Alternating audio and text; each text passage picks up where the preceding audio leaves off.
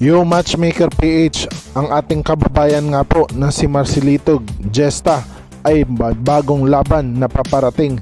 Dito nga po ay bakbakan talaga sa lightweight division, at ang ating kababayan na may 3 talo ay hindi pa hulihang lahat para umakyat ulit sa tugatog ng tagumpay. Kung matatalo niya ang bata ni Oscar De La Hoya na undefeated fighter, malakas din ang kartada nito, lahing taob ang kalaban. Kaya naman dito itong pangalan ay si Zepeda, at magaling din itong mama na ito, matangkad, matipuno at may kalakasan. Medyo maliit nga po ang ating kababayan, ngunit alam naman natin na hindi basta-basta palulupig ang ating kababayan. Kahit maliit ito ay lumalaban ito sa ibabaw ng lona, kaya suportahan natin ito bukas mga kamatchmaker.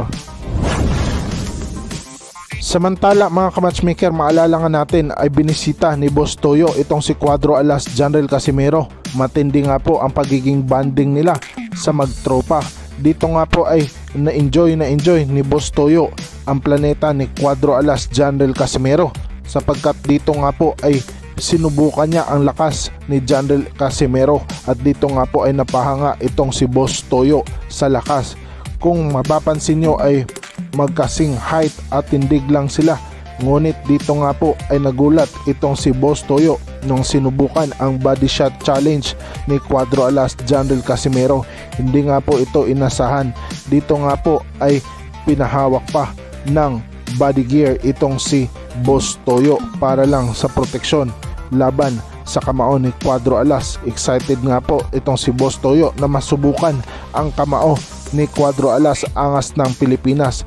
Kaya naman dito mga kamatchmaker ay enjoy talaga ang lahat, sapagkat alam nila kung ano ang kakahintungan nito.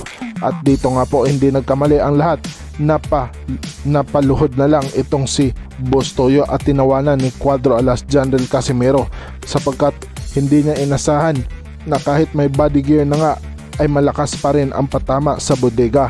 Kaya naman dito nga po ay medyo natahimik at napahagulhol na lang ng tawa itong si Boss Toyo, na hindi akalain na medyo masakit talaga ang kamao ni Cuadro Alas. Sinabi niya pa na parang walang padding, walang foam.